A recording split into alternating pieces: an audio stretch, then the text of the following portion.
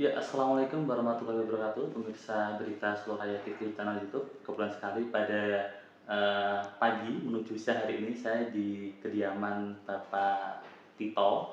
Beliau anggota DPRD Kabupaten Sukoharjo dari Komisi 3. Ini tepatnya di Gonilan Kartosuro, Sukoharjo. Assalamualaikum Pak Tito. Waalaikumsalam Apa Mas kabar Pak? Fajar. Sehat Pak? Alhamdulillah sehat, segar, Oke, sebelumnya saya bugar sepanjang ucapkan usia. selamat Pak kemarin terpilih ya Pak ya. Alhamdulillah, matur suwun sangat Mas. Iya, betul, betul. Ini Pak Tito, sebelum kita mengarah nanti ke bincang-bincang ya Pak ya, Nggih. bisa dijelaskan sedikit Pak terkait dengan sosoknya Pak Tito sebelumnya, mungkin dari alumni mana dan lain sebagainya Pak. Nggih.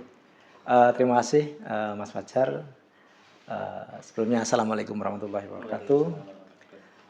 Saya Tito Setio Nugroho, lahir di Semarang Mas Fajar. Nama Tito itu kan potongan nama sebenarnya dari T itu Sri Wartuti ibu saya, To itu Soehartono. Ada Jadi artinya ya, Pak gabungan ya. nama. Iya, Ya, setia itu ya saya biar nanti setia kepada keluarga, anak dan sebagainya, dan Nugraha pada waktu itu Semarang mendapatkan Parasamya Purnakarya Nugraha. Saya lahir di Semarang. Bapak asli Solo Kauman dekat Batik Gunawan. Akan tetapi karena masalah pekerjaan, Bapak diterima di PNS gitu, di BLK Nganjuk, sehingga saya dan adik saya waktu itu kecil, sebelum TK itu dibawa ke Nganjuk, dari TK sampai SMA di Nganjuk Mas. Jadi saya lulusan SMA, SD-nya di Cangkringan Nganjuk, SMP-nya di SMP 1 Nganjuk, SMA-nya di SMA 1 Nganjuk. Terus habis itu saya kuliah di UMS. Iya. Bapak saya ini mengajar di BLK itu bagian bangunan batu. Makanya dia ingin anaknya itu masuk di teknik sipil. Oh gitu. Makanya saya masuk di teknik sipil di UMS gitu. Ya. Tahun berapa itu Pak Tito? Tahun 97 masuk 97. teknik sipil ya. Berarti udah melewati masa-masa 98 ya waktu itu. Iya. Jadi tahu bagaimana riuhnya reformasi di Indonesia ini. Seperti itu Mas Fajar. Tapi dari perjalanan Pak Tito Pak, kalau boleh tahu Pak, kenapa dari alumni UMS, dari teknik sipil akhirnya terjun di dunia politik Pak sampai saat ini? Iya. Apa alasannya Pak Tito? Jadi kebetulan memang saya itu suka berorganisasi Mas. Sejak SMA saya masuk di Rohis, atau dulu namanya Majelis Taklim di SMA 1 Nganjuk. Terus di kuliah saya masuk di lembaga dakwah kampus Masjid Fadlur Rahman. Terus habis itu di asisten studi Islam, dan kebetulan saya di KMTS juga. Jadi intinya saya suka berorganisasi gitu. Sehingga terpanggillah kok asik ya masuk partai politik ya, karena mungkin ilmu organisasi saya akan bisa lebih terasah di situ. Implementasikan Pak. Enggak lah, Pak Tito berarti satu periode ini Pak ya? Iya, baru satu periode. Jadi saya sudah melakukan ikhtiar itu 3 kali ini Mas. Waktu tahun 2014 saya diberikan amanah oleh Partai Keadilan Sejahtera untuk nyalek, saya nyalek belum berhasil. Tahun 2019 saya juga belum berhasil, baru tahun 2024. Jadi saya melihat kunci keberhasilan itu selain ikhtiar, fokus dan tetap semangat Mas. Iya. Putus asa itu penting ya, Pak. Betul. Ada orang kan ketika udah nggak kepilih, Mas, lemes kan gitu. Iya. Iya, iya. Kalau udah tahu ini Pak Tito, berarti Pak Tito memang di Sukoharjo udah lama, berapa tahun Pak? Sudah lama, sejak saya kuliah. Sejak kuliah. Saya kuliah 97, saya di Sukoharjo sampai sekarang. Makanya saya lulus dari kuliah, terus habis itu bekerja sesuai dengan aktivitas saya di teknik sipil. Dulu pernah pada waktu lulus, setelah lulus saya di PNPM Mandiri Perkotaan. Jadi di situ adalah sebuah program yang dijalankan digulirkan oleh pemerintahan SBY saat itu untuk pengentasan kemiskinan. Nah, salah satunya adalah dalam rangka pengentasan kemiskinan itu adalah pembangunan. Jadi sanitasi, ada pembangunan jalan dan jembatan. Intinya bagaimana salah satu indikator kemiskinan itu adalah kumuh, Mas. Nah, makanya kumuh itu salah satu solusinya adalah membangun. Ya, membangun sanitasinya agar lebih baik seperti apa, jalannya agar lebih baik seperti apa, drainasenya agar lancar, tidak tergenang itu seperti apa. Jadi seperti itu, Mas. Jadi jam terbangnya Pak itu udah Ya, alhamdulillah ada pengalaman di situ. Ya. Ini kalau udah tahu Pak, ini Pak itu udah lama nih di wilayah Sukoharjo Pak ya. Iya. Bagaimana sih Pak yang Pak Tito lihat cara sudut pandang Bapak terkait dengan pembangunan sampai saat ini Pak? Saya melihat pembangunan di Sukoharjo ini sudah berjalan dengan baik, cuma memang perlu ditingkatkan, Mas. Terutama yang pertama ini kalau kita lihat dalam perspektif saya, Sukoharjo ini kan ada beberapa titik-titik yang di situ merupakan gerbang masuknya Sukoharjo. Apa sih yang sebenarnya orang ketahui berkaitan dengan Sukoharjo?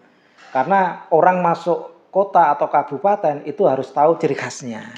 Makanya sebenarnya yang pertama yang harus diperhatikan dalam pembangunan itu adalah yang pertama adalah ciri khas Sukoharjo itu apa, sehingga orang itu tahu masuk di sana. Makanya perlu ada pembangunan dalam sisi perwajahan kota, terutama di Kabupaten Sukoharjo yang itu menjadi ciri khas, entah itu bentuknya itu monumen seperti apa sehingga wah masuk Sukoharjo tahu nih gitu. Misalkan kalau kita mau masuk di ibaratnya di Semarang, jadi orang melihatnya Banyumanik seperti itu. Jadi tahu oh ini Semarang gitu. Begitu masuk Sukoharjo harusnya nanti di Kartosuro ada yang monumental di situ. Di wilayah perbatasan. Iya, jadi kalau kita lihat itu di sisi utara barat itu Kartosuro, terus masuk di Solo Baru, terus habis itu masuk di kotanya Sukoharjo. Dan sisi ibaratnya di sisi selatan itu berbatasan dengan Wonogiri. Gitu, ya. Jadi biar tahu oh ini Sukoharjo seperti itu. Tadi sempat mau kesini Pak, saya mampir di akhirnya ngopi-ngopi dulu. Nggih, Mas Fajar. Yang datang dari luar. Nggih. Ini di mana Mas kalau udah tahu? Ini di Solo.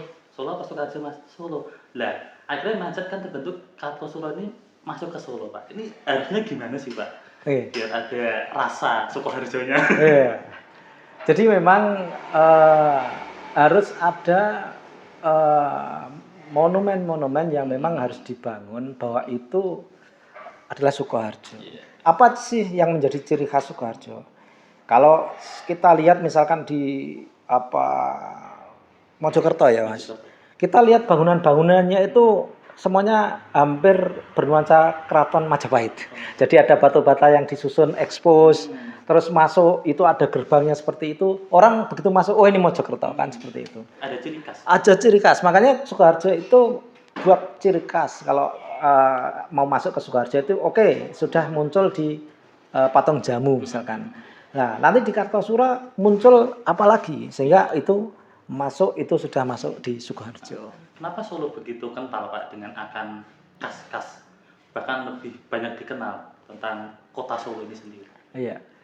Jadi kalau kita lihat memang dari Solo sendiri itu bisa mengeksplor apa yang menjadi kekhasan Solo itu sendiri ya. Solo dikenal yang pertama dengan keratonnya. Keraton Kasunanan dan Mangkunegaran itu sudah zaman dulu sehingga orang masuk Solo itu wah keraton kan gitu. Orang masuk Jogja itu Malioboro keraton. Jadi itu dari sisi sejarah. Terus yang lainnya kalau kita lihat Solo itu dikenal dengan nuansa ibaratnya angkringannya misalkan. Bahwa aktivitas di Solo itu kulinernya itu semuanya hampir itu berbau tongkrongan angkringan gitu.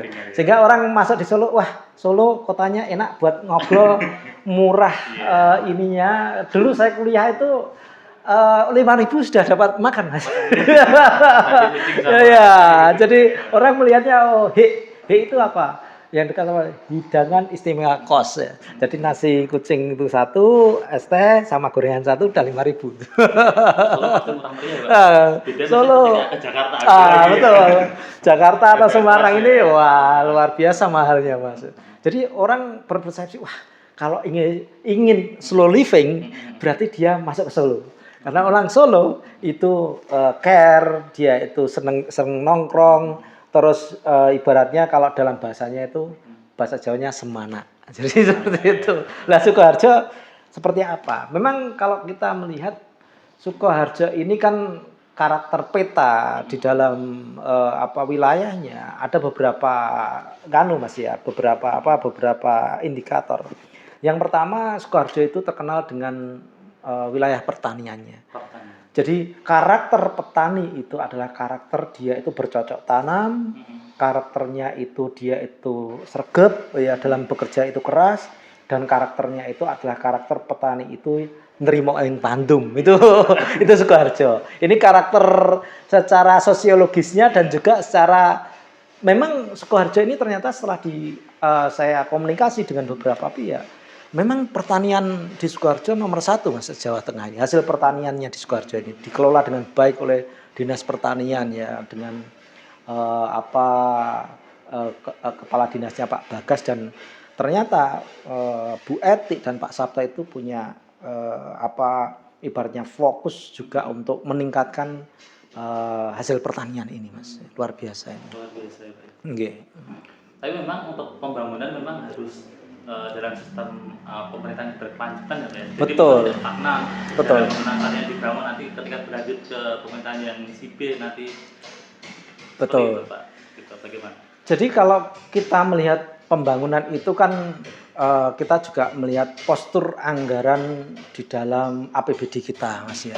APBD Sukoharjo itu 2,3 triliun dan ini ada efisiensi sekitar 197 miliar ya. Karena adanya potongan dari dana dari transfer dana daerah itu berkurang, Mas ya. Karena ya ini efisiensi fungsinya untuk mengefisienkan ya program-program yang mungkin dianggap kurang penting dan kurang mendesak itu, seperti itu, Mas. Saya melihat dalam sisi pembangunan di Sukoharjo memang ibaratnya ini yang dilakukan oleh Bupati Bu Eti dan Pak Sabto ini salah satu jargon kampanyenya adalah Dalanku Mulus, Mas. Karena memang jalan ini adalah infrastruktur yang paling banyak bisa dirasakan oleh ibaratnya penggunanya. Dengan jalan ini maka ekonomi akan bisa lebih meningkat karena proses transportasi dalam ibaratnya perjalanan itu bisa lebih cepat, lebih singkat, lancar dan sebagainya. Itu akan bisa meningkatkan proses-proses itu. Selain itu juga ada saya melihat kemarin itu salah satu perwajahan di Sukoharjo ini mau dibangun terminal Kartosuro yang lama, Mas. Sudah dianggarkan sekitar 23 miliar di tahun 2026 ini. Nah, mungkin itu nanti bisa dijadikan sebagai ikon gitu di Sukoharjo ini, bahwa masuk Kartosuro ini Sukoharjo gitu. Sehingga nanti termasuk juga nanti penataan di alun-alun dan juga di Simpang 5. Sehingga Sukoharjo itu kelihatan asri, kelihatan tertib, kelihatan rapi dan sebagainya. Sehingga memang kalau kita lihat bahwa semuanya ini dalam rangka untuk pembangunan yang berkelanjutan. Tentunya nanti ini adalah pembangunan yang dilihat bahwa itu adalah yang penting dan mendesak. Skala prioritasnya seperti itu. Kita berapa persen, Pak, untuk pembangunan infrastruktur saat ini, Pak? Gitu. Ya, kalau detailnya kemarin itu ya saya melihatnya itu di ibaratnya paling banyak anggaran di Kabupaten Sukoharjo ya di infrastruktur, Mas. Ya, karena memang infrastruktur membutuhkan banyak sekali anggaran. Jadi di dinasnya adalah di dinas PUPR gitu. PUPR, ya. Nggih. Jadi untuk anggaran sendiri pembangunan sampai menelan berapa Pak? Kalau kemarin itu totalnya seberapa ya? Coba nanti kita lihatnya. Oh, iya. Ini saya buka catatan dulu ya Mas ya, karena saya tidak begitu hafal. Ya maklum, anggota dewan baru. Jadi dalam ini program prioritas pembangunan daerah itu